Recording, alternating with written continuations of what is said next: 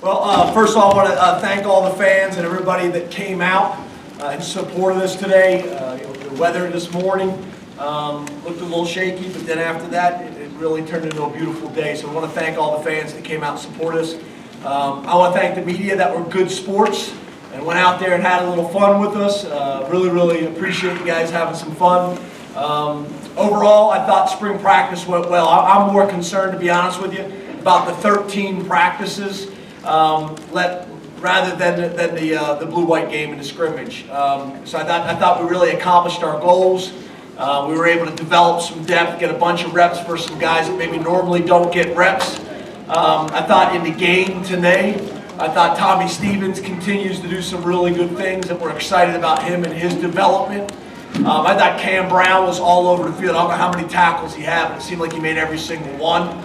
And then Aaron Monroe continues to grow and continues to make plays and do really good things. So I've been pleased with those guys. I was pleased with our spring overall.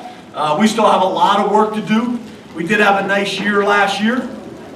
We gave the rings out, we're giving the rings out at our picnic. After this, we have a picnic with all our families, all our players' parents, and our families, about 700 people.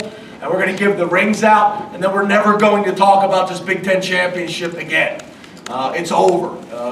We enjoyed it. We appreciate it. It was awesome. A lot of hard work went into it. We're going to give them the rings. Once they get the rings and walk out of the building, we're fully on to 2017, and we're not discussing those things again. So a lot of progress, a lot of work still to do. This is obviously a very good conference that we play in.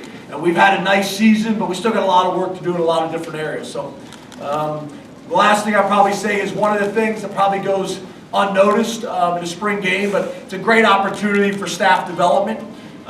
Today Tim Banks called the defense on the white team, and I thought he did a really good job of calling the defense. The same thing with Ricky Ronnie, calling the plays for the white offense. It's a great opportunity for those guys, with the twos going against the ones, things like that. But I thought they did a really good job as well. So I'm pleased with where we're at right now. And right now it's time for our players to focus on their academics, finish real strong academically, and then go into the summer on a mission.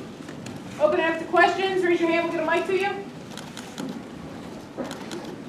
James, to the right. Regarding Tommy, how difficult is it for a guy like that to stay ready in the course of the season? I'm just wondering what your thoughts about it. I think the best example that we use is Jan Johnson.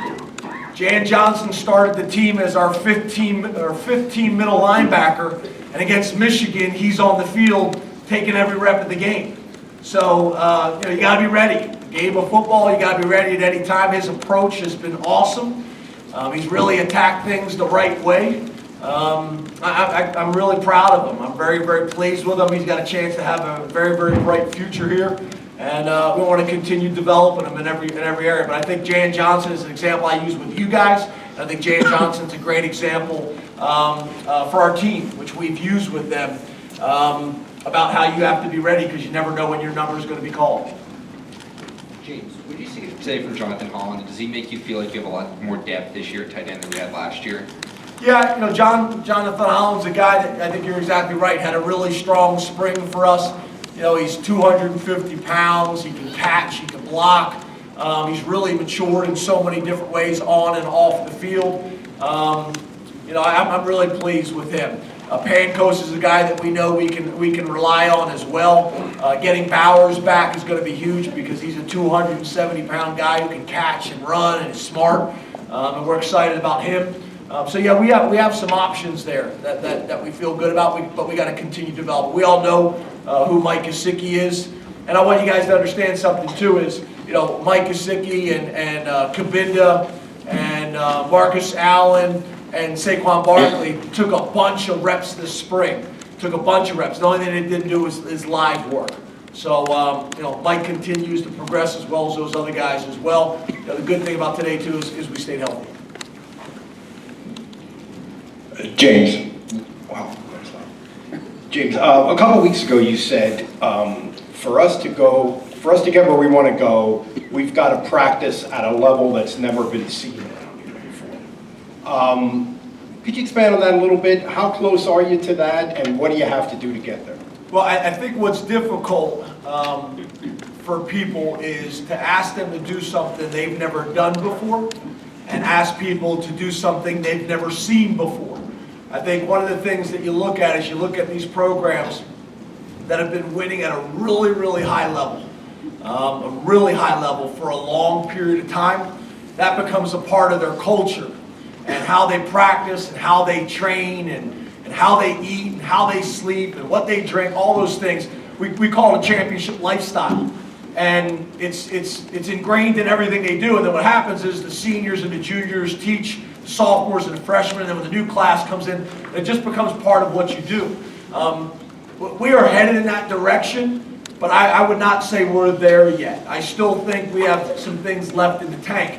Tim Shaw came and spoke to our team yesterday, and it may be one of the greatest, most powerful speeches I've ever heard. As a father, my daughters will see this. We videotaped it, and as a coach, it was the message you want your team to hear. And really his message was about that the disease that he's fighting was a gift that he's been given a gift of perspective. And the perspective is you live life the way you're supposed to play the game of football, as if every play could be your last, and you should live that way. And it was an unbelievable message to our team. And that's to me, I think, what we need to do in life, in the classroom, and on the football field, and we're not there yet.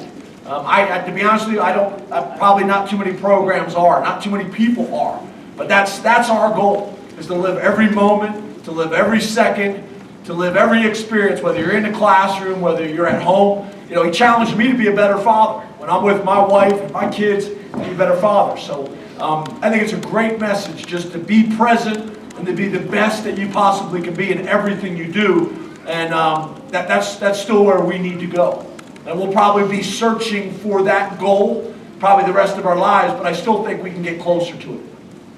James, you mentioned Cam Brown a little bit. What was sort of your general thoughts about the linebackers? What stood out to you most this spring about them? And how important is it for Jason Kabinda to sort of take over that group as the leader? Jason's already taken over that group. He really has been voted as a captain. He plays. He conducts himself like what you think at Penn State linebacker. For us, the standard we talk about is Mike Hull. I think Mike Hull is an unbelievable standard that he set for the defense and set for that room.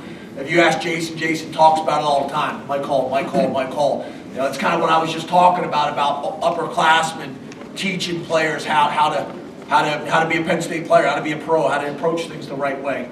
But Jason has done that. I think Koa Farmer's been a real pleasant surprise for us this spring. We knew he had it in him. It was just when was that light going to go on for him, and it's come on. I think he's got a very, very bright future for us. B. Smith, we know what we got with him. That guy's a warrior. Man, he's played a lot of football for us, and now Cam's coming on. So we're really starting to create some really good depth there.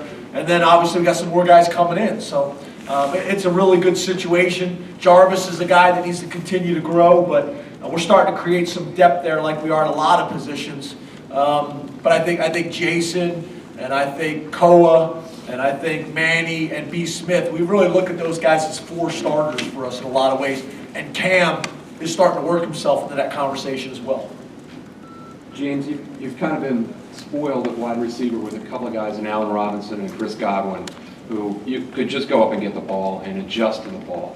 Do you necessarily need a guy like that? Are you looking for a guy like that? Or can you get by with guys who are just on the outside and can get downfield? There's been a lot of changes in a short period of time, but I didn't have Allen Robinson. Yeah. I would have loved to have him. I know. Yeah. I would have loved to have him, though. But yeah, I think your point is a good one. A guy like Allen Robinson that can make big-time plays. I watched the tape. I mean, how many times that guy go up into double coverage and come down with the ball, and he's still doing it.